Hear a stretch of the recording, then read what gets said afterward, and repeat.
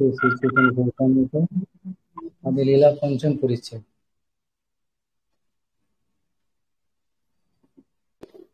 তাহার উপরিভাগে কৃষ্ণলোক খ্যাতি, দ্বারকা মথুরা গোকুল ত্রিবিধত্বে স্থিতি।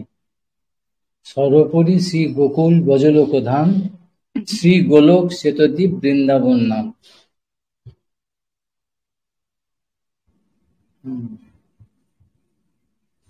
তাহলে কি হলো?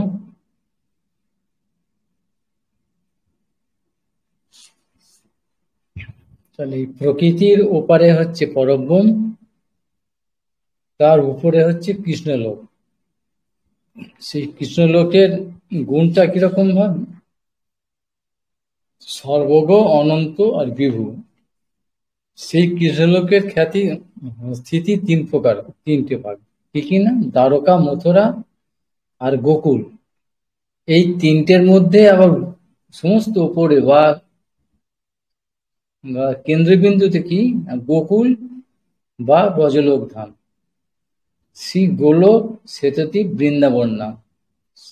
যেটা সর্বোপরি বা মধ্যবিন্দুতে তার পাঁচটা নাম বল: গোকুল, ব্রজ, ব্রজলোক, গোলক, শ্বেতদ্বীপ, বৃন্দাবন। বলেছিলাম এই পাঁচটা কাকে কি বলে একটুখানি ব্যাখ্যা করতে হবে এবারে। আচ্ছা, এখন বলছে যে পরব্রহ্মের ওপরে বলছে একটা শ্রীকৃষ্ণ সন্দর্ভ ইত্যাদিতে আছে, বিষ্ণুপুর হিসাবে লঘু ভাগবতামৃতম এইসব ব্যাখ্যাগুলো আছে, সেগুলো বলছে। শীর্ষক শ্লোক আছে যে পরব্রহ্মের ওপরে একটা সহস্র মণ্ডল আকার একটা সহস্রদল পদ্মের মতো একটা পদ্ম আছে, একটা এরকম ভাব। যে সর্বোপরি যে ধামটা কথা বলছে সেটার আকারটা, সেই সহস্রদল পদ্মের চারধারে একটা চতুষ্কোণ আকৃতি একটা স্থান আছে। সেই চতুষ্কোণের যে যে বহির্ভাগটার নাম হচ্ছে শ্বেতদ্বীপ বা গোকুল, আর তার তার ভিতরের ভাগটা হচ্ছে কি বৃন্দাবন। বাইরের ভাগটা হচ্ছে শ্বেতদ্বীপ বা গোলক, হ্যাঁ, ভেতরের ভাগটার নাম হচ্ছে কি বৃন্দাবন, আর মধ্যবিন্দুটার নাম হচ্ছে কি, হ্যাঁ, হচ্ছে গোকুল।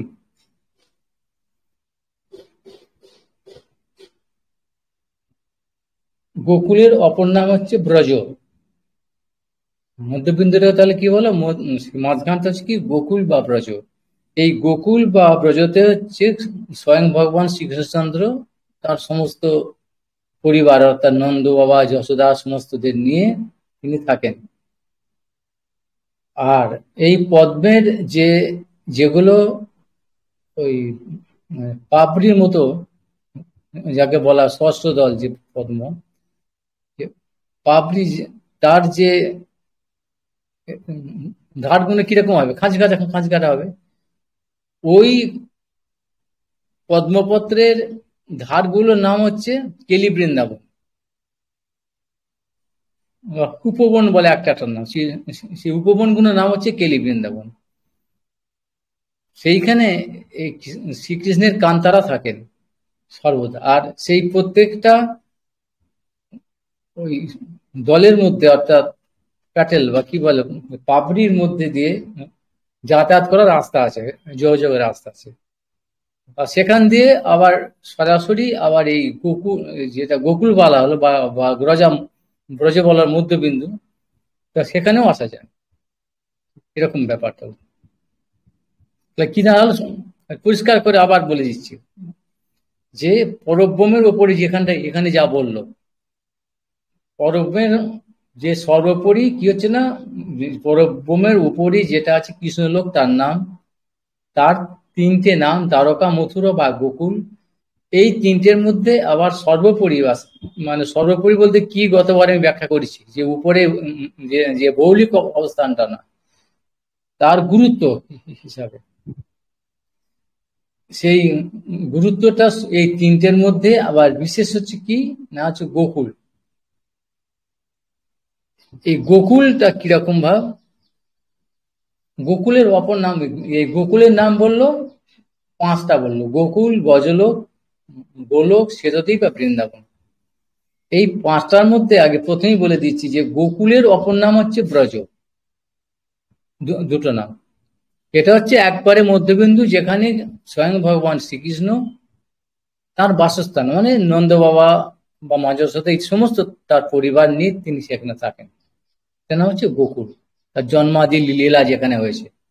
আচ্ছা, এবার এই যে পদ্মফুলের মতো যে ধামটার নাম বলা হলো, এর চারপাশে আবার একটা চতুষ্কোণ আকৃতির ধাম আছে। ওই আমরা যে আঁকি না যজ্ঞ করলে যে না, যে যে আঁকা যাচ্ছে সে ত্রিকোণ মন্ডল ইত্যাদি, এর ব্যাপারটা হচ্ছে এরকম ভাবে, বুঝলো, যে পদ্মফুল সহস্র দল আকৃতি যে পদ্মফুলের মতো, এটার নাম হচ্ছে কি না, যে পরব্রহ্মের ওপরে এটার নাম হচ্ছে কৃষ্ণলোক, সেটা হচ্ছে তিনটে।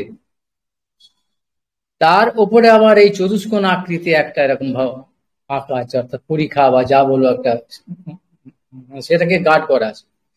সেই চতুষ্কোণ আকৃতি যে ব্যাপারটা, যে স্থানটা, মানে প্যাটেল যেরকম বা পদ্ম ফুলের প্যাটেল যাকে বলে, মানে পাপড়ি বলে, তার তো দুদিক আছে, বা যে কোনো ওয়াল একটা পাঁচিলের দুদিক আছে।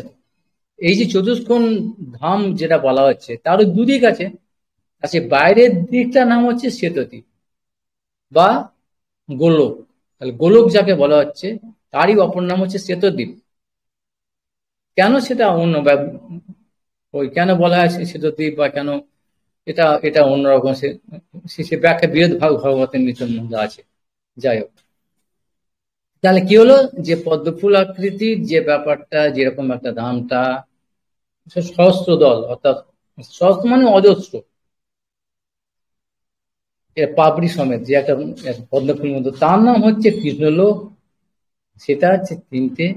এবার সেই কৃষ্ণলোকের মাঝখানটা হচ্ছে একদম সেন্টার, যে কেন্দ্রবিন্দু যেটাকে বলা কর্ণিকা, সেটাকে বলা হচ্ছে কি না গোকুল বা ব্রজ। আচ্ছা, এবার এর যে চতুষ্কোণ আকৃতি যেরকম একটা কভার আছে, যে একটা দামটা আছে, তার দুদিক আছে। তার দুদিক, বাইরের দিকটার নাম হলো শ্বেতদ্বীপ বা গোলক, আর ভিতরের দিকটার নাম হলো কি না বৃন্দাবন। এটা হলো একদম পরিষ্কার হলো বৃন্দাবন। আচ্ছা, এবার এই যে পদ্মাকৃতি যে ব্যাপারটা, পদ্মফুলের মতো, এই যে পদ্মফুলের যে পাপড়িগুলো এইভাবে থাকে, তো এই ধার যেটা একদম তার পাপড়ির অর্থাৎ একদম কিনারাগুলো, সেগুলোর নাম হচ্ছে কিনা কেলি বৃন্দাবন। এইখানে থাকেন ভগবানের যে গোপীরা, মধুর রসের যে গোপীরা, যে কান্তাগণ, সর্বদা সেখানে তার যে কেলিজা, তার উপবনে বলা হয় তাকে, সেখানে থাকেন তারা। তাহলে এগুলোর নাম কি হলো কেলি বৃন্দাবন। আর তাহলে কি হলো, বাইরেটা হলো কি না গোলক বা শ্বেতদ্বীপ, ভিতরে চতুষ্কোণের ভিতরটা হলো কি বৃন্দাবন, একদম মাঝখানটা হলো কি গোকুল বা ব্রজ। তাহলে পাঁচটা নাম হয়ে গেল, যেখানে পাঁচটা যেটা বলেছে সেখানে দেওয়া হলো। তার মধ্যে একটা বিশেষ হলো কি, এখানে ওটা বলে সে নাম কেলি বৃন্দাবন, যে ওই পদ্ম ফুলের যে ধার, একবারে যে পাবড়ির যে কিনারাগুলো, কিন্তু চতুষ্কোণের ভিতরে, কিন্তু বাইরে নয়। বললাম না যে পদ্মফুল আকৃতি যেটা আছে, তার বাইরে আবার চতুষ্কোণ মধ্যে একটা পরীক্ষা মতো, এটা এটা হচ্ছে ভেতরটা নাম নাম বৃন্দাবন, আর বাইরের নাম হচ্ছে শ্বেতদ্বীপ বা গোলক। আর এর মাঝখানে, অর্থাৎ ওইটার গার্ডের মাঝখানে কিন্তু এই যে পাপড়িগুলো আছে, পাপড়ির ধারগুলো নাম হচ্ছে কেলি বৃন্দাবন বা উপবন। এইখানেতে ব্রজ সুন্দরী দাস সবসময় কৃষ্ণের সঙ্গে থাকে, নিত্য বিহার করে। আর এইখানে প্রত্যেকটার সঙ্গে যোগাযোগ আছে, রাস্তা আছে, এবং মাঝখানে অর্থাৎ কেন্দ্রতে যেটা হচ্ছে গোকুল বা ব্রজতেও আসার জন্য রাস্তা আছে, আর তারা এখানে ভেতরে আসতে পারে, ওখানে যেতে পারে। ওইটা একদম বিশেষ প্রোটেক্টেড জায়গা কৃষ্ণের, যে কেলি বৃন্দাবনটা, উপবনটা। তা হলো এই ব্যাপারটা, গোলকের, গোকুলের বা বৃন্দাবনের বা ব্রজের যে আকৃতিটা, সেটা হচ্ছে এই এই ব্যাপারটা। এবার এর মধ্যে আবার যে গোকুল বা ব্রজ একদম মাঝখানে, এটার বেশি দাম। আর এর চাইতে হচ্ছে বিশেষ হৃদপিণ্ডের মতো হচ্ছে কিনা না কেলি বৃন্দাবনটা, ওখানে সবার যাওয়ার অধিকার নেই, এবং ব্রজবাসীদেরও সবার না, শুধুমাত্র শ্রীকৃষ্ণ স্বয়ং আর তার একমাত্র মধুর রসের কান্তাগণ হলো, অর্থাৎ এই পদ্মফুলের ধারের যে কোনো মানে বিশেষ প্রোটেক্টেড জায়গা, আর খুব সুন্দর জায়গা, বোঝাই যাচ্ছে। আচ্ছা, হলো এবার সর্বগ অনন্ত বিভু কৃষ্ণ তনু সম উপর্যধ ব্যাপী আছে নাহিক নিয়ম। আবার এখানে আর একবার বলে দিল,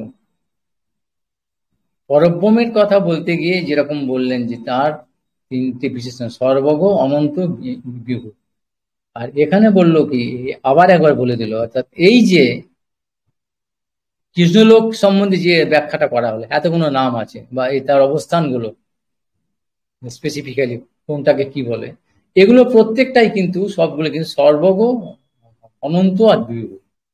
যদি পরব্রহ্মটা হয় তাহলে তার মধ্যে আছে এটা, তাহলে এটা তো হবেই, কিন্তু আবার বিশেষ করে বললো কেননা এটা কিরকম না কৃষ্ণ তনু সম, কৃষ্ণ তনু অর্থাৎ কৃষ্ণের মতো।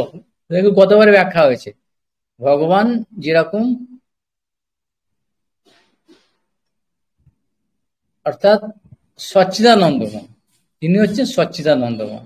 সৎ মানে সন্ধিনী, তার সন্ধির সম্বন্ধে কি আধার, আধার মানে আশ্রয়, তা তিনি নিজেরই নিজে আশ্রয়, তাকে আবার আশ্রয় কে, যিনি সর্বজ্ঞ অনন্ত বিভু, তার আশ্রয় আবার কে দেয়, এরকম বাড়ি ঘর আমাদের মতো নাকি, তিনিই তার আশ্রয়, সেজন্য তিনি নিজে সদংশে আধার হয়েছেন, তা সেটার নাম হচ্ছে সন্ধিনী শক্তি।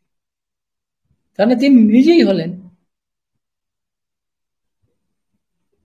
চিত মানে সম্বিত জ্ঞান স্বরূপ, তিনি আল্লাদিনী স্বরূপ, তিনি আনন্দ স্বরূপ তিনি।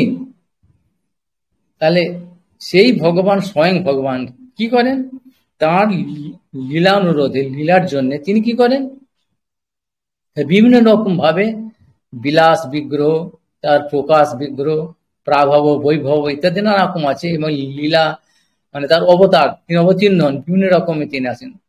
অবতার মানি হলো কি হলো না কিঞ্চিত নুন, তিনি ভগবান কিন্তু একজন, এইটা মাথায় সবসময় রাখতে, এটা মানুষ সবাই ভুলিয়ে ফেলে, ভগবান কিন্তু একজনই, এবং এই সমস্ত কিছু তার মধ্যেই আছে, অর্থাৎ টোটালিটিটা তিনি ছাড়া কিছু নেই। অহমে বা সমেম বাক্যে বলেছেন, তার যে বহিরঙ্গা বৃত্তি, বহিরঙ্গা শক্তির যে বৃত্তি, এটা যে প্রকাশ, এই মাইক জগৎ বা জড় জগৎ ছায়ার মতো, এটাও সেই সেই ভগবান ছাড়া এর নিজস্ব কোনো স্বতন্ত্র অস্তিত্ব নেই। আর সন্ধিনী শক্তি অর্থাৎ অন্তরঙ্গা শক্তি, তার বিশেষ অন্তরঙ্গা শক্তির প্রকাশটা হচ্ছে কি না ওই ধাম ইত্যাদি, ভগবত ধাম, সেখানে কি এরকম বহিরঙ্গ মায়ের কোনো প্রভাব নেই। বহিরঙ্গ মায়া মানে কি বোঝা যাচ্ছে যে কি না এও, কেন না সদা সর্বদা পরিবর্তনশীল আর ধ্বংসশীল, সেই জন্য নিত্যতা এখানে নেই, সেই জন্যে। আর তার উল্টো হচ্ছে কি অপ্রাকৃত জগৎটা ভগবানের ধামগুলো এরকম নয়, হেও নয়, অর্থাৎ পরিবর্তনশীল নয়, আর এখানে অতীত আর ভবিষ্যৎ নেই, কিন্তু এখানে অতীত আর ভবিষ্যৎ আছে, বর্তমান নেই প্রাকৃতিক জগতে। আর ভগবানের জগৎটা কি শুধুই মাত্র বর্তমান, নিত্য বর্তমান, সব ঘটমান বর্তমান, কন্টিনিউয়াস, প্রেজেন্ট কন্টিনিউয়াস, সর্বদা, এইটা আমাদের মাথায় আসবে। এখন কিরকম সেটা, ভগবান তাই। আর এখানে কেন এই কথাটা বললো কেন, কৃষ্ণ তনু সম মানে সেই ভগবানের, তিনি যেরকম ভাব যখন এই অবতীর্ণ হন তিনি, অর্থাৎ তার প্রকাশ, গুণের বস্তুটা তিনি একই জনই, একই, তার গুণের কিছুটা ন্যূন অবস্থা, সে কত পরিমাণ ন্যূন হবে, যেরকম চাঁদ, চাঁদের যে প্রতিপদ দ্বিতীয় তৃতীয়, যেরকম একটাই চাঁদ কিন্তু তার প্রকাশ হিসাবে, সেই প্রকাশ হিসাবে তিনি যেরকম ভাব প্রকাশিত হচ্ছেন, তার ধামও সেই অনুপাতে প্রকাশিত হবে, সেই অনুপাতে। এবং তার শক্তি, তার যে পূর্ণ শক্তি নিয়ে তার বিলাস সর্বদা এই অপ্রকট ব্রজ, এটা বলছে অপ্রকট যেটা যে গোকুল, যেখানে ভগবান সর্বদা সেখানে তার লীলা, তার ওই একটা দুটো কাজ, বেণু বাজানো আর ধনুচালন, ওই তিনি নিজে আনন্দে আছে সব সময় সেখানে, আর অন্য কোনো এইসব ঝামেলা নেই, কিচ্ছু সেখানে নেই। তিনি যখনই এই জীবের জন্য বা অন্য কিছুর জন্য লীলা অনুরোধে যখন এই অবতীর্ণ হচ্ছেন, অর্থাৎ তিনি সেখানে বর্তমান, নিত্য বর্তমানে আছেন, তার একটা অংশ ওখান থেকে চলে এলো, তা আমার সেখান থেকে কিছু হানি হয়ে গেল তা না। তিনি সর্বদা পূর্ণ, পূর্ণ দিয়ে দিয়েও তিনি পূর্ণমেব অবশিষ্টতে, সম্পূর্ণ দিলেও তিনি তাকে দিয়ে দিল হাজার বার, লক্ষ বার, অনন্ত বার, তিনি পূর্ণই থাকবেন, কোনো হানি হবে না, বা কেউ কিছু তাকে দিলে তার বৃদ্ধিও হবে না, এইরকম একটা বস্তু ভগবান। তিনি যখন অবতীর্ণ হন, যেভাবে যতখানি তার পার্সেন্টেজ, অর্থাৎ তার নাম, রূপ, গুণ ইত্যাদি তার যেগুলো নিয়ে তিনি অবতীর্ণ, তার প্রকাশ হচ্ছে তার গুণাবলীর মধ্যে, ধামটাও সেরকম ভাবেই আছেন। আর তার শক্তি, যে ওখানে যেন পূর্ণ শক্তি রাধারানী বা তার সব আছে, এখানেও সেরকম ভাব, ঠিক ততখানি, ঠিক যত পার্সেন্টেজ নিয়ে তিনি প্রকাশিত হচ্ছেন, তার শক্তিও সেইভাবে লক্ষ্মী আদি হয়ে, বা দ্বারকাদের যে মহিষী, রুক্মিণী ইত্যাদি, ওইভাবে তিনি শক্তি, ধামও আসছেন ওরকম ভাবে, আর শক্তিও এইভাবে আসছে, প্রকাশিত হচ্ছে। এখন কৃষ্ণ তনু সম, ধামটাও সেই জন্য বলে দিল যে কৃষ্ণ তনু, অর্থাৎ তিনি যেভাবে প্রকাশিত হন, ধামও সেইভাবে ওখান থেকে, অর্থাৎ ওই ধামটা, অর্থাৎ যে যার বলে এই পদ্মাকৃতি যে ধামটা বলা, সেই ধামটাও সেইভাবেই তার মতো সেই অনুরূপ ওই পার্সেন্টেজ, ওই যে রেশিওটা এরকম ভাবে 50% হয়, তাহলে তিনি 50% যদি প্রপোজ করেন, ধামটাও তার 50% প্রপোজ করেন, তার শক্তি সেরকম ভাবে, রাধারানীও সেই মতো হয়ে আসবে। এই ব্যাপারটা বুঝতে হবে। ধাম রাজধানী কেন কেন কেন কেন বললাম, যে ভগবান সচ্চিদানন্দ ধাম আশ্রয় সুন্দরী বলদেব তত্ত্ব সৎ অংশে, আর আনন্দ অংশে আলাদিনী, অর্থাৎ আনন্দ অর্থাৎ রাজধানী বা শক্তি। সেই জন্য এই তিনটে ভগবান মানে তিনটে একসঙ্গে সবসময় থাকবে, একটাই বস্তু সচ্চিদানন্দ। সেই জন্য এই দুটো বিশেষ করে বললাম। এই জন্য বললো কৃষ্ণ তনু সম। এখন কৃষ্ণ তনু সম বললে কিরকম ভাব মনে হচ্ছে? কৃষ্ণ তনু তো একটা, তিনি নরাকৃত বাচ্চা, তা এটা কি করে হয়? তিনি কেন তার মধ্যে এরকম ভাব ধাম টাম কেন হবে কি করে? সর্বগ অনন্ত বিভু হবে কি করে? তা সেটাই তার আমাদের মা অচিন্ত ব্যাপার, সম্ভব নয়। তবু কিছু কিছু তার লীলা দিয়ে বোঝা যাচ্ছে, যেরকম ভাব মা যশোদার কোলে থেকেও কিরকম আছেন, তিনি ওইটুকু বাচ্চা ছেলে, অথচ সমস্ত সর্বব্যাপী আছেন। ব্রহ্মা যখন ব্রহ্মময় লীলাতে দেখলেন সমস্ত কিছু, আবার তার ভেতরেও, তার পেটের মধ্যেও সমস্ত বিশ্ব ব্রহ্মাণ্ড সব কিছু তিনি সমেত আবার আছে, তার সামনে বাইরেও আছে আর ভিতরেও আছে সর্বদা। আবার তিনি নিজে ওই একই রকমের আছে সব সময়। এই সেই জন্য এখানে বলে উপর যত ব্যাপী আছে নায়ক নিয়ম, উপর যত উপরে নিচে, উপর যত মানে উপরে নিচে শুধু নয়, উপরে নিচে ডাইনে বাঁয়ে পাশে আশপাশে সর্বত্র সব জায়গাতে ব্যাপী আছে। এর কোনো নিয়ম নেই যে এইভাবে থাকতে হবে, এইভাবে থাকবে, এখানে এত, এখানে এরকম, কোনো নিয়ম নেই। কারণ না পূর্ণতত্ত্ব, ভগবান স্বয়ং তার প্রতিটি অনুপরমাণু প্রত্যেকটা সচ্চিদানন্দ মানে পূর্ণ। ভগবত তত্ত্ব মানে হচ্ছে পূর্ণ, তাকে স্পর্শ করলে মানে পূর্ণ। এই হচ্ছে ব্যাপার, তিনি সর্বদাই পূর্ণ, তার প্রকাশ। তাহলে এই যে অবতার যখন আসতেন, তিনিও কিন্তু পূর্ণ সবাই। গুণের যে প্রকাশগুলো, তার মধ্যে বিশেষত্ব আছে যে স্বয়ং ভগবান যেহেতু বলছেন, তার হচ্ছে কতগুলো বৈশিষ্ট্য আছে, রূপমাধুরী, তার গুণমাধুরী, বেণুমাধুরী আর লীলামা মাধুরী। ওইরকম ভাব তার সর্বাকর্ষী রূপ আর গুণের মধ্যে হচ্ছে কি বেণু বাদন। আর কোন অবতারে আছে? কোন অবতারে নেই। বেণু রূপ, লীলা কিরকম, তার যে জন্মাদি লীলা, অর্থাৎ তিনি ওরকম ভাব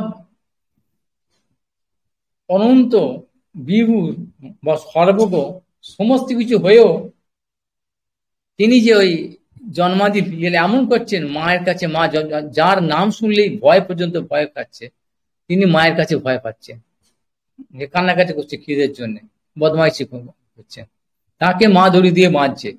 যার সমান নেই আর তার চাইতে বড় হওয়ার অসম্ভব, তাকে কি করে বাঁধছে? যে বাঁধবে তাকে তো তার চাইতে বড় হতে হবে। এটা কি করে সম্ভব? এইগুলো অসম্ভব, অসম্ভব ব্যাপার সর্বত্র, এরকম আর আর নেই, আর কোথাও নেই। যার জন্য এই লীলা মাধুরীটা এরকম। আর তার নাম, নাম যেটা যে কৃষ্ণ নাম, এরকম এখানে বহু জায়গাতে বলা আছে, যত বিষ্ণু সহস্র ভগবানের নাম আছে তার মধ্যে সহস্র নাম যে বললে, যে 3 বার পাঠ করলে যে হবে, একবার তার রাম নাম করলে তাই হবে।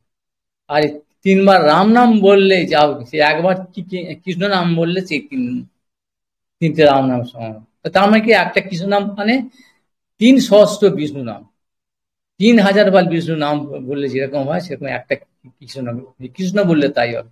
তাহলে সেই জন্যই তার নামের মাধুরী এরকম হলো, গুণের মাধুরী এরকম হলো। গুণ 3 হচ্ছে হতারি গতি দায়। তার দর্শনে স্পর্শনে, তার হাতে যদি কেউ কোন অসুর পর্যন্ত মৃত্যু হয়, তার সঙ্গে সঙ্গে মোক্ষ পেয়ে যাবে, এইসব আছে। পুতনা তাকে বধ করতে এসে কিছু করেনি তার, আর পুত নাম মানে পবিত্র নাম, অপবিত্র, তাকে মারতে হলো, কিন্তু শুধুমাত্র ওই যে মাতৃভাবটা ছল করে নিয়েছিল বলে, তাতে আমি ভাতৃগতি পেয়ে গেল। অগাসুর বাগাসুর ইত্যাদি যেসব, যে এরকম ভাব তার, এরকম আরো অনেক অনেক রকম এই ভাগবতের মধ্যে বলেছে। গঙ্গার ধারার মতো তার এরকম, তার অবতারের চরণ স্পর্শী গঙ্গা হয়েছে, তিনি কিরকম ভাব ব্যাপার। যা এই জন্য কৃষ্ণ যিনি, তিনি স্বয়ং ভগবান, তার রূপ, তার যত রকম তার প্রকাশ বা বিকাশ আছে, বৈভব বা বিলাস আছে, সবের মধ্যে, সমস্ত রূপের মধ্যে সবই পূর্ণতত্ত্ব, তার থেকে আসছে। উৎস হচ্ছেন এই কৃষ্ণ স্বয়ং। অর্থাৎ সেরকম যত রকম ধাম, বৈকুণ্ঠ, পরব্রহ্মে আছে যত, তার মূল হচ্ছে, উৎস হচ্ছে কি না, এই গোকুল, গোকুল বা ব্রজ, যেটা মধ্যে এরকম ভাব বলা হয়। সেই জন্য ভগবান যেন সর্বত্র, তিনি ছাড়া আর কিছু নেই। ওখানে থেকেও, গোকুলে তিনি সর্বদা থেকেও, সর্বত্র সর্বদা তিনি ব্যাপী আছে, কোনো নিয়ম নেই। সেরকম তার ধামও বললো যেন, ওই ওই গোকুল ধামটা, গোকুল ধামটাও সেরকম ভাব সর্বত্র ব্যাপী, মানে তারই প্রকাশ। এই জন্যই কথাটা বললো, ভগবানের যেরকম প্রকাশ সবকিছু, তার শক্তির প্রকাশ যেরকম সবটা, তার মায়া দ্বারা, সেরকম তার ধাম, অর্থাৎ ওই গোকুল, গোকুলেরও প্রকাশ সবটা। এই জন্য এখানে বললো যে সর্বগ অনন্ত বিভু কৃষ্ণ তনু সম, উপর যত ব্যাপী আছে নাহি নিয়ম। ব্যাপারটা হলো, পরিষ্কার হয়ে গেল, আশা করছি। এবার কি বললো, এইটা এখানে বলছি আবার কি, ব্রহ্মাণ্ডে প্রকাশ তার কৃষ্ণের ইচ্ছায়, একই স্বরূপ তার নাহি দুই কার। ব্রহ্মাণ্ড, এই ব্রহ্মাণ্ডে, ব্রহ্মাণ্ডে কেন, ব্রহ্মাণ্ডে প্রকাশ মানে কি বললো, ভগবান তো তার তো লীলার জন্য তো এখানেই আসেন, এই ব্রহ্মাণ্ডে।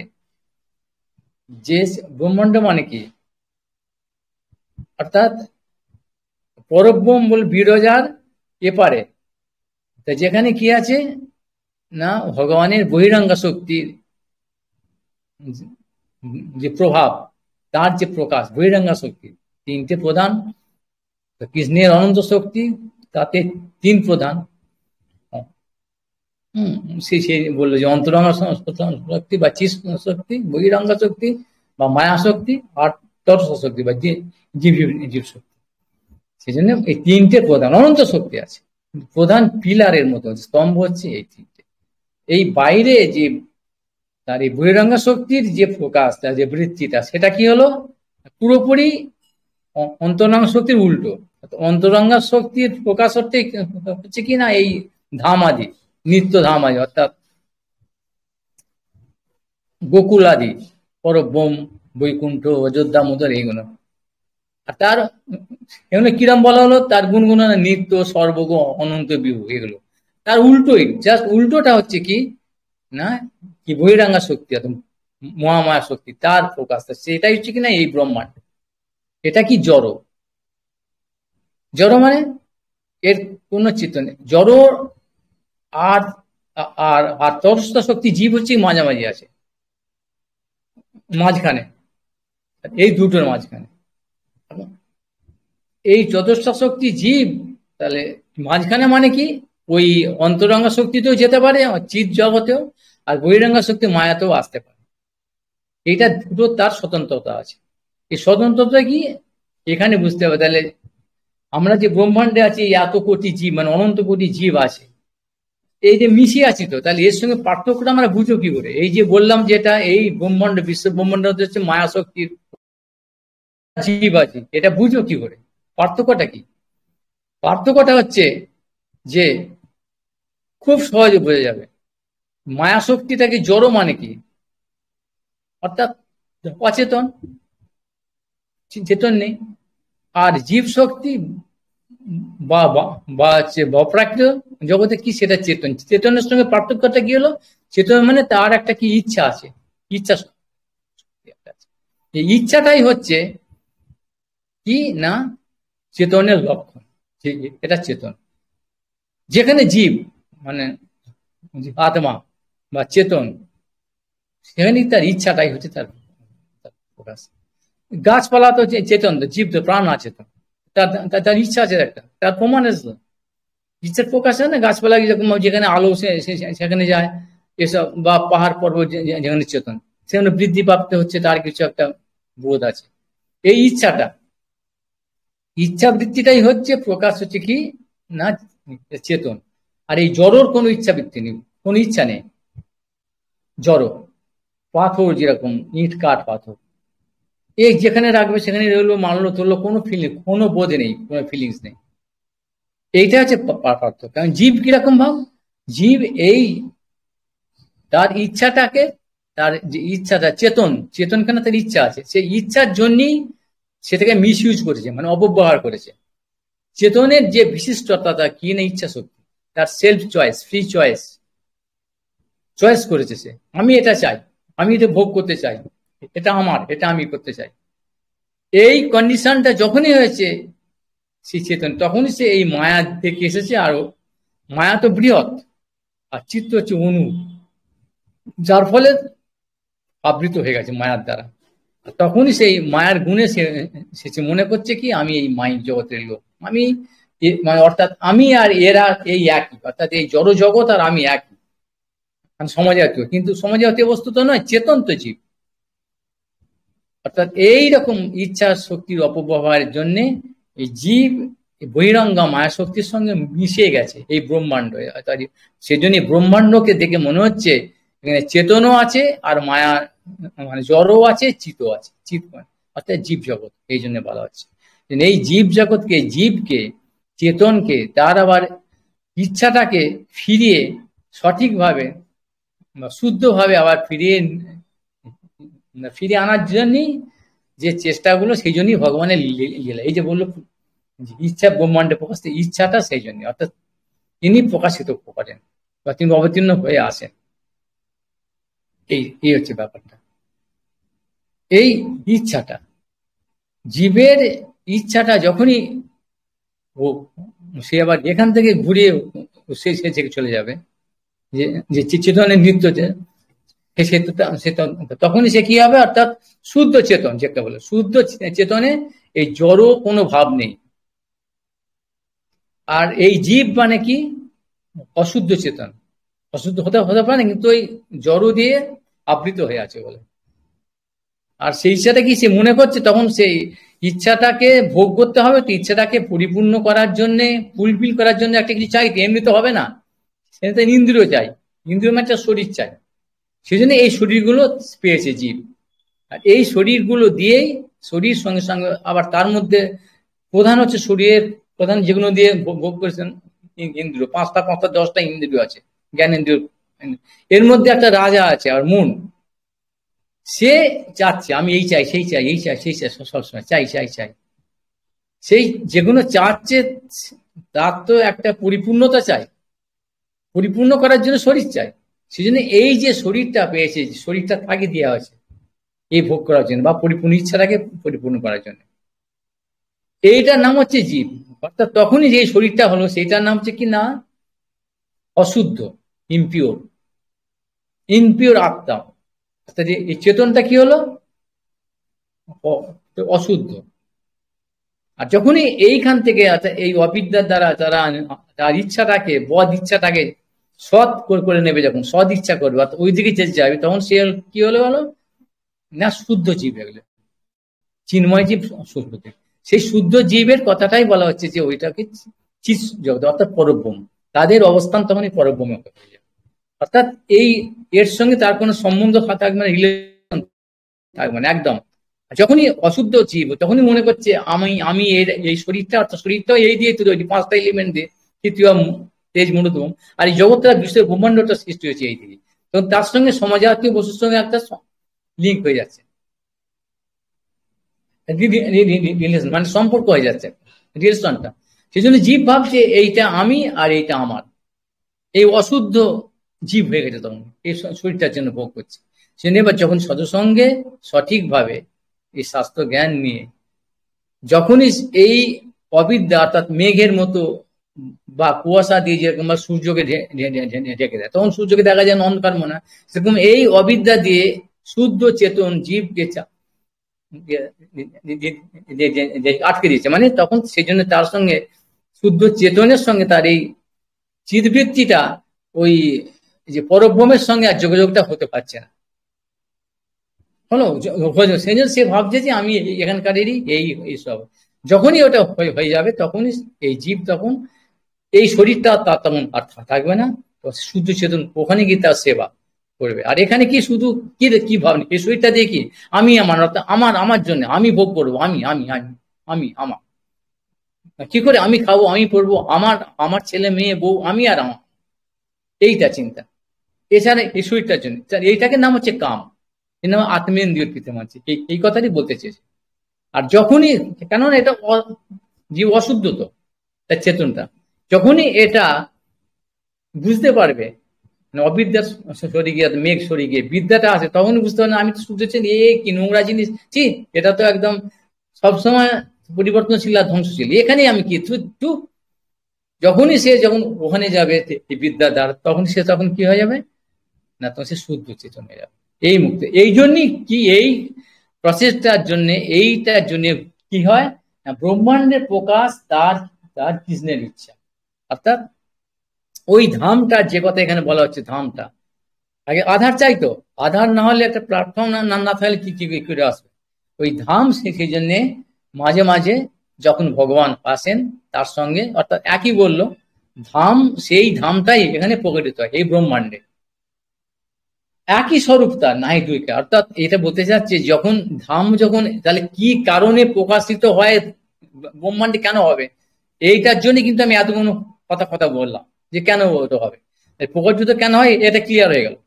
এবার সেই যে ধামটা যেখানে প্রকাশ হচ্ছে কৃষ্ণের ইচ্ছাতে, সেটা কি না, একই স্বরূপটা নাই, অর্থাৎ ওইটাই, ওই ধামটাই।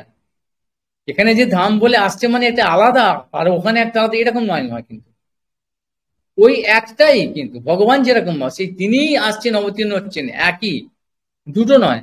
সেই জন্য প্রথমেই বললাম তাঁর স্বরূপটা এরকম, পূর্ণ চেতন, পূর্ণ শুদ্ধ চেতন হচ্ছে এরকম ভাবে একই, একজনই, শুধু সর্বত্র উপর যদি ব্যাপী আছে, সর্বত্রই আছে কিন্তু আমরা দেখতে পাচ্ছি না, শুধুমাত্র তার তার প্রকটিত করা যায়। কেন দেখতে পাচ্ছি না তাহলে, এখন বলে এই তো তোমাদের সব কথাবার্তা মানে অশিক্ষিত অপদার্থ গুলো সব বলে বলে না, তার সেদিন একটু বলে দিলাম যে সমজাতীয় বস্তুর সঙ্গে কন্ট্যাক্ট হয়। আমরা যে দেখতে পাচ্ছি চোখ দিয়ে, এটা প্রাকৃত চোখ, এই আলো দিয়ে, আলো দিয়েই কিন্তু, প্রাকৃত আলো দিয়ে কিন্তু আমরা দেখতে পাচ্ছি, চোখ দিয়ে মাত্র পারবো। চোখ হচ্ছে তেজস্ক্রিয়, তেজ তেজ স্বরূপ এখানে আছে, কান দিয়ে কিন্তু আমরা দেখতে পাবো না। সেজন্য যে কোনো রূপ তার সঙ্গে যে আলো, রূপ দেখছি মানে আলোর জন্য, সে চোখ দিয়ে আমরা দেখতে পাবো সমজাতীয় বস্তু বলে, শুনতে পাবো আমরা কান দিয়েই কিন্তু, চোখ দিয়ে নয় শব্দটা, সেই জন্য সমজাতীয় বস্তু বলে। আবার অপরাধ্য শব্দ বা এই কানের সমস্ত কিছু, আমাদের চোখ সমস্ত ইন্দ্রিয়তে একটা লিমিটেশন আছে, একটা সর্বগ অনন্ত বিভূত বিভূত নয়। সেজন্য আমার একদম ভয়ঙ্কর শব্দ হলো একটা বিশেষ, যদি 100 ডেসিবেল হয়ে যায় তখন আমরা শুনতে পাবো না কান দিয়ে, বা যদি 10 ডেসিবেলের কম হয়ে যায় আমরা কানে শুনতে পাবো। ইউনিট আছে একটা, তার পরিমাপ আছে, এটাকে তৈরি করা হচ্ছে এরকম ভাবে একটা, যে নিশ্চয়ই একটা একটা কিছু বেঁধে দিয়ে আছে, লিমিটেশন আছে, আনলিমিটেড লিমিটেড কোম্পানি, সব সব প্রত্যেকটা জীব হচ্ছে লিমিটেড কোম্পানি। আর এটা এত ছোট অণু, জীবের একটা যে স্বরূপ, এরপরে আরেকে আর ভাগ করা যাবে যাবে, এত এত ক্ষুদ্র। ওই যে বলে 1200 ভাগ, একটা চুলকে 100 ভাগ করলে তার একটা যে কণা হবে তাকে আবার 100 ভাগ করলে এই এরকম ভাবে বলা। এই জীবের চেতনে এত এত কেন আবার বলবে এরকম এরকম কেন, একে ভাগ করা যাবে না কেন? এখানে তো বহু রকমের জীব আছে, আমরা যেগুলো চোখে দেখতে পাই না, মাইক্রোস্কোপে ইলেকট্রনিক মাইক্রোস্কোপে দেখা যায়। কিছু ভাইরাস আছে, ব্যাকটেরিয়া আছে, ফাঙ্গাস আছে, প্রোটোজেন, নানা রকম সব আছে না, এগুলো তো আমাদের, এগুলো জীব তো, আর এগুলো তো উইশেষ আছে, কোনো একটা ইচ্ছা আছে তো, ওর মধ্যে তো প্রবেশ করতে হবে, জীব ওগুলো জীব তো। তাহলে ওই যে শরীর পাচ্ছে, যে বললাম ইচ্ছাটাকে পরিপূর্ণ করার জন্য শরীর, সেটা একটা শরীর আছে একটা, যেন ওই ভাইরাস গুলো ওর চাইতে এত ক্ষুদ্র, এই জীব ওর চাইতে ক্ষুদ্র না হলে ওর মধ্যে প্রবেশ করবে কি করে?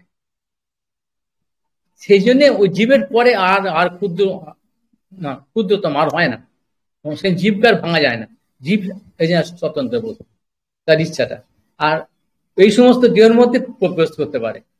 তাহলে সেই জন্য এই ব্যাকটেরিয়া গুলোকে বা ভাইরাস গুলো যদিও বা মাইক্রোস্কোপে এখানে যেহেতু জড়ীয় শরীর বলে তা দেখা যায়, জীবকে কোন রকম ভাবে দেখা যাবে না, এই যতই বলে বিজ্ঞানের এই কেন না, জীব তো হচ্ছে চেতন, সমজাতীয় তো নয়। এইগুলো এই জাতীয় জড়ীয় জাতীয় বস্তু বলে, এই জড়ীয় বস্তু দিয়ে তৈরি হয়েছে যে মাইক্রোস্কোপ, সেগুলোর সঙ্গে তার কন্ট্যাক্ট হচ্ছে। জীব তো নয়, চেতন, শুদ্ধ জীবকে দেখা যায় না, অসম্ভব, এখানে দেখা যায় না। এই চোখ দিয়ে আমরা এখানে দেখতে পাই না। আগেরবার বলেছেন সর্ব উপর্যত ব্যাপী, মানে সব জায়গাতেই ভগবান এইভাবে তার ধাম সমেত তিনি এরকম ব্যাপী আছে, উপর্যত, কোনো নিয়ম নেই। তাহলে এখানেও আছেন, শুধুমাত্র কি না প্রকট হচ্ছে, প্রকট গতবার এখানে বলেছিলাম, আর বিশেষ করে বলা দরকার সবসময়। তাহলে ব্রহ্মাণ্ডে প্রকাশ তার কৃষ্ণের ইচ্ছা, একই স্বরূপ তার নাহি দুই কায়। আগে বলে কি না, সর্বগ অনন্ত বিভু কৃষ্ণ তনু সম, যেরকম বা ভগবানের শরীর, তিনি সর্বগ অনন্ত বিভু, সব জায়গায় তিনি সর্বব্যাপী আছে, সব সময়, যত স্যাত সর্বত্র সর্বদা, সব সময়ের জন্য আর সব জায়গাতে, কোথাও বাদে নেই, তার ধামও সেরকম ভাব আছে।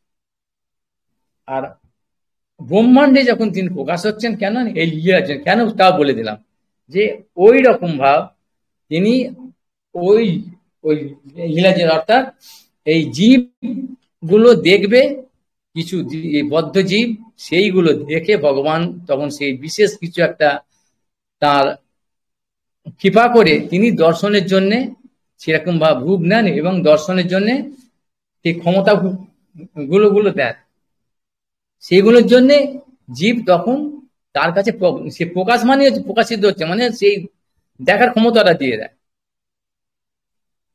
দেখে তখন সেই জীবের সেই মঙ্গল হয়।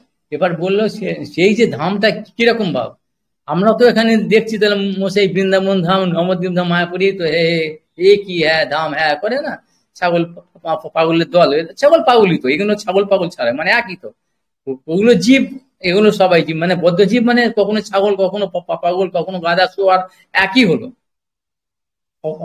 অশুদ্ধ জীব, মানে সেই জন্য এখানে কোনো রাগের ব্যাপার নেই।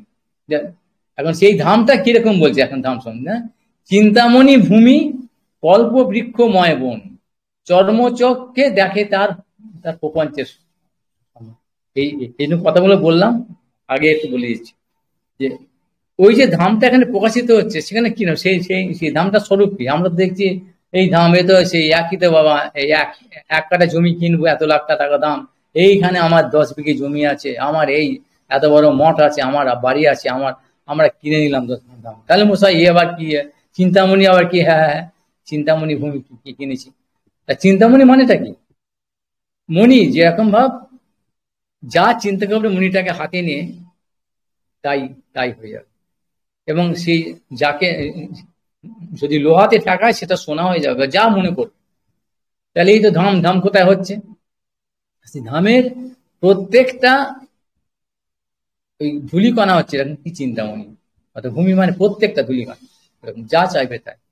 আর যে গাছপালা যে আছে, ঘাস টাস ইত্যাদি গাছপালাগুলো, সেখানে কি কল্পবৃক্ষ। চিন্তামণি মানে ওরকম বলে দিলাম, আর কল্পবৃক্ষ ওরকম যা কল্পনা করবে সেই বৃক্ষের কাছে গিয়ে তাই হয়ে যাবে, সেটাই হবে। এখন একটু পার্থক্য হচ্ছে কল্পবৃক্ষ আর আর এই চিন্তামণিতে গেছি, এটা কিন্তু প্রাকৃত, এই জগতে এটা আছে। এই জন্য এই কল্পবৃক্ষ তলায় গিয়ে যা ভাববে তাই হবে, খারাপ খারাপ ভালো সব। আর চিন্তামণি নিয়ে যা ভাববে তাই হবে। কিন্তু এইটা যেটা যে অপ্রাকৃত, যেটা নিত্যকালীন, এখানে তার ছাড় হতো, সেটা কিন্তু এরকম না। তার মধ্যে ওরকম মানে পূর্ণ চেতন্ত, শুদ্ধ চেতন্ত, ওরকম ভাব নিষ্ক্রিয় না। কিন্তু এটা তো জড় মানে নিষ্ক্রিয় বলি, তাও ইচ্ছা নেই, তো কোনো বোধে নেই, তো গীতকাত পতনের মতো যা করবে তাই হবে দিয়ে। তাহলে আমরা এখানে বুঝতে পারছি না, চর্মচক্ষে দেখে তারে প্রপঞ্চের সময়, সে কিরাম হচ্ছে না, অনেকে বুঝতে পারছি না। এই চর্মচোখ, এই চোখ দিয়ে প্রপঞ্চ, সেই ধামকে তো আমরা দেখছি একই রকম। তোমার সে পার্থক্য আবার কি আছে? এত বড় বড় সব যে কথা কথা কথা বলছে, এসব হ্যাঁ হ্যাঁ হি বলে না, ওই যে আবার বলছি ছাগল পাগলের দল, তারা আছে ছাগল পাগলের দল। এই দাম তো এখানে ভোগ করছি, হে হে হা হা এইসব বলে, ওরা বলে। ওই যে প্রসঙ্গটা আগে বলতে যাচ্ছিলাম, যে সমজাতীয় বস্তুর সঙ্গে কন্ট্যাক্ট হয়, সমজাতীয় বস্তুর সঙ্গে তুলনাও হয় না, আর কোনো রিলেশনও হয় না, সম্পর্ক হয় না। আমাদের চর্মচক্ষু মানে দেখি এই চক্ষু, প্রাকৃতিক চক্ষু, মানে সবকিছু লিমিট, আনলিমিটেড না, লিমিটেড। প্রাইভেট কোম্পানি, প্রাইভেট ব্যক্তিগত, সব একটা একটা আলাদা, আমার আমার মানে লিমিটেশন আছে। আর এই ধামটা কি কি বললো অপাকের সময়, কি বললো? সর্বগ অনন্ত বিভূত, অনন্ত বিভুকে কি এই লিমিটেশন দিয়ে কোনো দেখা যায়? একটা আকাশটা একটু ধরুন, আকাশটা প্রাকৃত, আকাশ কোনদিন দেখা যায়? আমি তো আগেও বলেছি, হ্যাঁ এই তোমার সেই আকাশ দেখছি, তা তুমি গাধা বলে আকাশ দেখছো? কোন কোন বেটা দেখছে আকাশকে দেখা সম্ভব? তুমি যেটা দেখছো একটা পার্ট, একটা খণ্ড অংশ, অংশ মাত্র, তা পূর্ণ আকাশটা কিরকম কে কে জানে? কারোর ক্ষমতা, ও ভাবছে যে এইটাই আমি আকাশ দেখলাম। সমুদ্রের একটা অংশ, একটা জল দেখলাম, সমুদ্র দেখলাম, এরকম ভাব। সেই রকম বলছে যে এই চর্মচক্ষে আমাদের যে ক্যাপাসিটি, একটা লিমিটেশন, এই দিয়ে সূর্যকে আমরা, সূর্য তো এরকম একটা, এই তো চাঁদ এরকম একটা, সূর্য তো একটা এরকম টিপের মতো, কত কোটি কিলোমিটার দূরে আছে, যার ফলে মনে হচ্ছে একটা টিপের মতো। তার কাছে যাও না বাবা, যাও এখন, দেখো না কি কি এখন, দেখ কেমন লাগে। তো সেরকম এই সূর্য হচ্ছে প্রাকৃত, তো সেই জন্য তার একটা শেষ পরিসীমা মনে হচ্ছে, তবে পরিসীমা আছে। আর অপ্রাকৃত এই ধাম এরকমও নয়, মানে সূর্যকেই আমরা প্রাকৃতকে, প্রাকৃত আকাশ, সূর্য, সমুদ্র, পাহাড় পর্বত, ভূমি, এগুলো কি কল্পনা? এই যে অনন্ত কোটি যে নক্ষত্র আছে, কটাকে মাত্র ওরা দেখতে পেয়েছি, কত কোটি কোটি কোটি কোটি আলোকবর্ষ দূরে আছে, বুঝতেই পারছে না, সম্ভবই না। এই এত বড় স্পেস, এই মহাশূন্য যে আকাশ যাকে বলছে, কি করে দেখবে? এর অতীত, এইগুলোকে আমরা যা করে দেখতে পাচ্ছি কোন রকমের, কেননা এগুলো প্রাকৃত বলে। আমাদের চোখটা হচ্ছে প্রাকৃত, যতই দূরে থাক তার একটা পরিসীমা আছে, বলেছিলাম আগের বার, এটা প্রাকৃত। কিন্তু আমাদের এই ইন্দ্রিয়গুলোর একটা পরিসীমা আছে, মানে সমজাতীয় হলো একটা মাইক, যার ফলে কন্ট্যাক্ট হচ্ছে। কিন্তু যেটা একবারে অসম জাতীয়, অসম, তার সঙ্গে কন্ট্যাক্ট হবে কি করে? এই যে বললো, এই যে চিন্তামণি সদৃশ্য যে ভূমি আর কল্পবৃক্ষময় যে সমস্ত বন, এই সময় যে ঘাসপালা ইত্যাদি যেভাবে ধামের প্রকাশ হয়, সেই জন্য সেই ধামকে আমরা দেখতে পাই না, এই চোখ দিয়ে দেখা অসম্ভব। হলো এই সেই জন্য তাহলে কি, তাহলে আসার দরকার, কি করে বুঝবো? প্রেমনেত্রে দেখে তার স্বরূপ প্রকাশ, গোপী সঙ্গে যাহা কি কৃষ্ণের বিলাস। প্রেমানন্দে মানে কি? একটু আগে বললাম, জীব, বদ্ধ জীব, জীব হচ্ছে চেতন। চেতন মানে কি?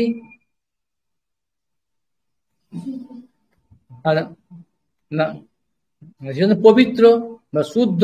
আর কি তার লক্ষণটা কি? না তার একটা উইশেস আছে, তার একটা সেলফ চয়েস আছে, একটা চয়েস আছে, তার একটা ইচ্ছা, ইচ্ছা শক্তি আছে, বৃত্তি আছে, ইচ্ছা বৃত্তি আছে একটা, এইটা। আর কিন্তু এই প্রাকৃতিক জগতে সে সামনে আর সেই ইচ্ছা বৃত্তিটাকে পরিপূর্ণ করার জন্যেই কি চাই? তার একটা শরীর চাই। সেজন্য এই শরীর, অর্থাৎ এই শরীরটা সে পেয়েছে কেন? সব শরীর, যত রকম শরীর, দেবতারাও কেন, জীব, তার মধ্যে জীব আছে, সেটা কিন্তু পবিত্র বা শুদ্ধ। এই শরীরটা পেয়েছে মানে সেটা অশুদ্ধ। জীব চেতন বস্তু তখন অশুদ্ধ হয়ে গেল। চেতন বস্তু যদ্যাপি সর্বদা তিনি শুদ্ধ, কিন্তু এর জন্য, শরীরের জন্য অশুদ্ধ হলো। কেন? এই এই শরীরটা না, এই ভোগ করে আমার জন্য, আমি আমি আমি, মানে ইচ্ছা বৃত্তির পূরণ। তাহলে সেই যে নিজের ইচ্ছা বৃত্তির পূরণ করাটার নাম কি? কি হলো? কাম।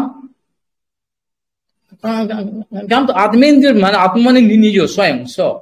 আত্মেন্দ্রিয় প্রীতি বাঞ্ছা, আমার প্রীতির জন্য, আত্ম প্রীতি যাবতীয় সবটাই হচ্ছে কাম, সব। কারণ কাম বলতে আমরা যে বলি স্ত্রী পুরুষের সম্পর্ক, এটাই বুঝি। এটাই বলি, বলি কেন না, এটা মানে বড় ভাই, যত রকম ইচ্ছা আছে সমস্ত কিছু হচ্ছে এই কামটার সঙ্গে হচ্ছে কো রিলেটেড, পরোক্ষ বা প্রত্যক্ষ। সেই জন্য কাম বলি, এটা কি ধরা হয় ব্যাপক অর্থে। ব্যাপক অর্থে কিন্তু কাম মানে সমস্ত, সব ইচ্ছাটাই। সেই আমরা এই শরীরটা পেয়েছি, এই কাজ করছি শরীরটা দিয়ে বা মন দিয়ে, মন রাজা কেন করছি না? আমার ভোগের জন্য। তাহলে সেটা হচ্ছে কাম। আর এর উল্টোটা কি? উল্টোটা কি না, না কৃষ্ণ ইন্দ্রিয় প্রীতিবাঞ্ছা ধরে প্রেম নাম। কৃষ্ণ মানে কি? ওই স্বয়ং ভগবান, অর্থাৎ সমস্ত চেতনের উৎস, যিনি মূল, অর্থাৎ পূর্ণ পবিত্র সর্বদা। সেই চেতন, আমরা তার একটা অণু, কণা, জীব, সেটা পারভার্টেড হয়েছে, অর্থাৎ অশুদ্ধ হয়েছে। এখানে যখনই সে শুদ্ধ অবস্থা হবে, বুঝতে পারবে, এই জ্ঞানটা হবে, তখনই কি করবে? আত্মেন্দ্রিয় না, আমার কাজ হচ্ছে একমাত্র কাজ কৃষ্ণ সেবা। সেই কৃষ্ণ সেবা যখন সে বুঝতে পারবে, সেই কাজটা করবে এই ইন্দ্রিয়গুলো দিয়ে, তখন তার নাম হচ্ছে প্রেম। সেই তারা দেখতে পাবে। সেবা সাধক রূপে না, তা সিদ্ধ রূপে না যাত্রাহী, তদ্ভাব লিপসুনা কার্যা বজলোকা। সেই ওই যে সেবাবৃত্তিটা যখন হবে, আর এটা ভোগবৃত্তি, এই যে রামেন্দ্র প্রীতি, কাম আর প্রেম, আর সেবা আর ভোগ। সেবা আমরা বুঝতেই পারবো না কাকে বলে সেবা, আমাদের হচ্ছে ভোগবৃত্তি। এই ভোগবৃত্তিটা যখন জাস্ট উল্টে যাবে, তখনই কি হবে না, সেটা তার সেবা হয়ে যাবে। সেই সেবাটারই নাম হচ্ছে কি তখন প্রেম। আর সেই প্রেম বৃত্তি বা সেবাটা কে করতে পারে না? শুদ্ধ জীব। যদি মানে যার সঙ্গে রিলেশন, সম্পর্ক, এই জড় জগতের, এই মাইক জগতের, অর্থাৎ জড়, যার চেতন নেই, চেতন নেই, অশুদ্ধ, অর্থাৎ কোন ইচ্ছা শক্তি নেই, এটাকে তাই হেও থু, যেখানে এই জগতের কোনো কিছুর সঙ্গে তার সম্পর্ক নেই, সে তুমি চাইবে ওই পূর্ণ চেতনে, অর্থাৎ যেখানে উৎস, সমস্ত চেতনের উৎস শুদ্ধ, সেই সেখানে যেতে চাইবে। সেই ইচ্ছাটা, এই ইচ্ছাটা ভোগবৃত্তি হয়েছিল, ওই ইচ্ছাটা কি শুধু জাস্ট ট্রান্সফার হয়ে যাবে, যে কৃষ্ণেন্দ্রীয় প্রীতিবাঞ্ছা, আত্মেন্দ্রীয় প্রীতিবাঞ্ছা থেকে সেই ইচ্ছা শক্তিটা কি হবে, ট্রান্সমিট হয়ে যাবে, সবগুলি একসাথে থাকবে।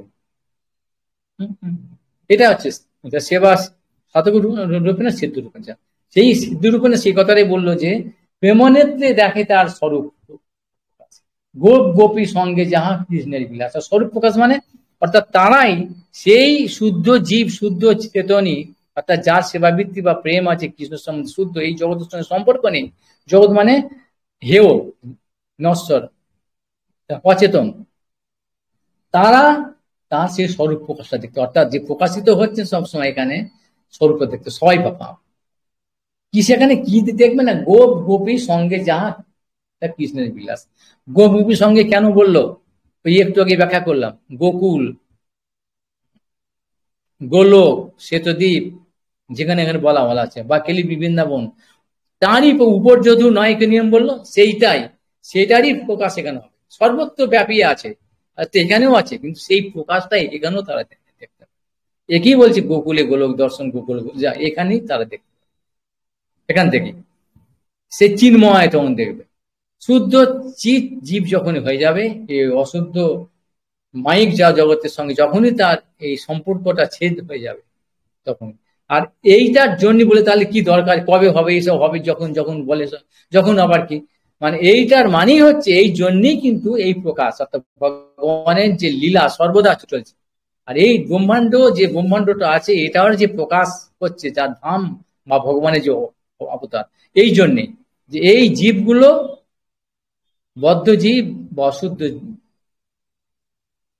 ইনপুট চেতন, যেটা কনসাস সোল, সেগুলো ওই কন্ট্যাক্টে এসে ওই ভগবানের লীলা, যারা এরকম যোগ্য যোগ্য অধিকারী জীব যারা, তারা ওগুলো বুঝতে পারবে, তাদের আচরণ বা তাদের এইসব গ্রন্থ, শাস্ত্রগ্রন্থ, এরকম বিচার দেখে শুনে তাদের ইচ্ছা হবে। ইচ্ছাটা মানে এই ইচ্ছাটা ভোগ বৃত্তি থেকে এটাকে ছেড়ে দিয়ে সেবা বৃত্তি হয়ে যাবে।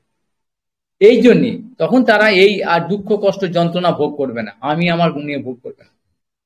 এই উদ্দেশ্য নিয়ে এগুলো হচ্ছে, সেই জন্য। এবার তার থেকে প্রমাণ দিয়েছেন এখানে, তো ব্রহ্ম সংহিতা থেকে, যে ওই ধাম যে এখানে প্রকাশিত, সেই ধামটাও ওইরকম একই কি না, চিন্তামণি প্রকরা সদমসু কল্প বৃক্ষ লোক স্মাবৃতেষু সুরভি রবি পালয়ন্তম লক্ষ্মী সহস্র কত সম্ভ্রম সেব্যমানং গোবিন্দ মাজু সুসন্তমহং।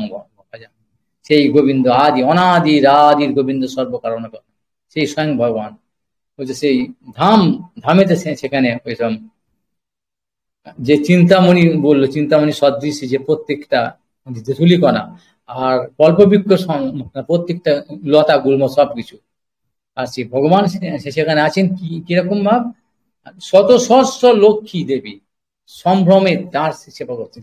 কেন বললো না, একটু বললেন লক্ষ্মী দেবী যেরকম ভাবে তিনি প্রকাশিত হচ্ছেন, সেইভাবেই তার শক্তি বা আধার ও ধামও সেভাবে প্রকাশিত হচ্ছে। সেই জন্য হাজার লক্ষ লক্ষ লক্ষ্মী দেবী এইসব ধামের বা পরক্রমে আছেন বা বৈকুণ্ঠে আছেন, তারই প্রকাশ। যেরকম গোপী বা ভক্ত যেরকম অনন্ত কোটি, তারা সর্বদা সম্ভ্রম ভাবে ওই রকম বালক গোপাল এরকম মূর্তি আছে, দেখে মনে হচ্ছে আমরা ভাবছি এই বা কি এইটুকু ছেলে, হ্যাঁ ওর মধ্যেই বৈশাখ আছে। তিনি ছোট বড় এক যা কিছু, ওখানে কোনো তার আকার বা পরিসীমা নির্ভর করে না। এই হচ্ছে অপ্রাকৃত প্রাকৃতের মধ্যে। আমাদের মধ্যে প্রাকৃতের মধ্যে ওইরকম একটা ব্যাপার, ওজন যার, চেহারা যার, বড় বড় যা, টাকা পয়সা, এইসব গুণ একটা কারণ আছে। আর ওখানে কি বলছে, অনাদি রাদির গোবিন্দ সর্ব কারণ, সমস্ত কারণের কারণ। আমাদের কোনো কারণ সেখানে জন্য, তার মানে কি, এসব কোনো কারণ সেখানে নাই, কোনো নিয়ম কোনো এইসব নিয়ম কোনো সেখানে চলবে না, এই সব কিছু সবের ঊর্ধ্বে। এখন এখানে এরকম আমরা এরকম অশুদ্ধ চেতন এইভাবে আছি, এরা ভোগ বাসনার মধ্যে এরকম অশুদ্ধ হয়ে অপবিত্র হয়ে আছি, এখন কি করে বুঝবো? সেই জন্যই এখান থেকে দিয়েছে। এবার আস্তে আস্তে সেই তার ব্যাখ্যাটা হচ্ছে, মথুরা দ্বারকায় নিজ রূপ প্রকাশিয়া নানা রূপে বিলাস হয় চতুর্ভুজ হইয়া, বাসুদেব সংকর্ষণ প্রদ্যুম্ন অনিরুদ্ধ সর্ব চতুর্ভুহ অংশী তুইও বিশুদ্ধ। একটা কথা বলছেন একদম, মানে বাগ্মিতা কি বলে, বাগ্মিতা মিতঞ্চ সারঞ্চ ইতি, মিত এবং সার, প্রত্যেকটা সার একটা কথা বলতে গেলে এত কথা বলতে হচ্ছে, এত কিছু পাঁচ করা জীব করা আছে এর মধ্যে। তিনি ওইভাবে ওই আগে ওগুলো বলে দিলেন, সেরকম কিনো সুন্দর ব্যাখ্যা করছেন। ওই দ্বারকা মথুরা বা ব্রজ কিরকম ভাবে তিনি তার রূপ কিরকম প্রকাশ করছেন, আবার সেইখানেই আবার এই ব্রহ্মাণ্ডে কিরম ভাব সেই সব ধাম সমেত তিনি তিনি তিনি নিজে প্রকাশিত হচ্ছেন, তার সঙ্গে সঙ্গে আবার এই চতুর্ভুজ যে আসছে, এইগুলো সব ব্যাখ্যা যেভাবে করেছেন, পরবর্তীকালে আমরা আবার দেখব। সম্পূর্ণ মানে বলা অসম্ভব, এই ভগবত তত্ত্ব সম্পূর্ণ বলা অসম্ভব এই মুখ দিয়ে, কারণ এর লিমিটেশন না, শব্দ তিন শব্দ ব্রহ্ম বৃহৎ, তাকে ধরা সম্ভব না। এই অক্ষর, এই আওয়াজ, এই শব্দ, এই কটা আছে কি এই অ্যালফাবেট, যে বর্ণমালে তো অ ক খ ইত্যাদি ছটা আছে, এই দিয়ে তাকে বাঁধা সম্ভব নাকি? তবুও যতটা সম্ভব বলা হচ্ছে যার যেরকম যে আদার সেরকম থাক। আজকে এই পর্যন্ত, বেশি বেশি ঠিক না। একটানা বলছি তো লোকের শুনতে একটা বেশিক্ষণ, একটু থামলে, রেস্ট নিলে, একটু দেখলে, একটা কিছু বললে, দম নিলে, ঢোক গিললে, এটা মানুষের তো একটা এই একটানা বলে যাচ্ছে আর হুড় করে ব্রেন ছুটতে পারে না, ঘুমিয়ে যাবে। ট্রান্সলেশন করলেও একটুখানি রেস্ট হয়। এটা একটানা বলে যাচ্ছি বলে এটা স্পিডটা মানে ভেলোসিটিটা অনেক হয়ে যাচ্ছে। মানে এটাকে একটু ছেড়ে ছেড়ে বললে, যারা বলে সাজিয়ে গুজিয়ে নাটকের মতো, ঘন্টা ঘন্টা দুয়েক হয়ে যাবে। যেভাবে আছে আজকে এই পর্যন্ত থাক। বাঞ্ছা কল্পতরুভ্যশ্চ কৃপা সিন্ধু ভৈবচ পতিতানাং পাবনেভ্যো বৈষ্ণবেভ্যো। হরে কৃষ্ণ কৃষ্ণ কৃষ্ণ হরে হরে, হরে রাম হরে রাম। জয় সচিনন্দন গৌর। দেখো এগুলো আস্তে আস্তে বোঝো, চেষ্টা করো। না অফ করে দাও। সর্বদা এই নিয়ে আলোচনা করতে হবে, সব সময়।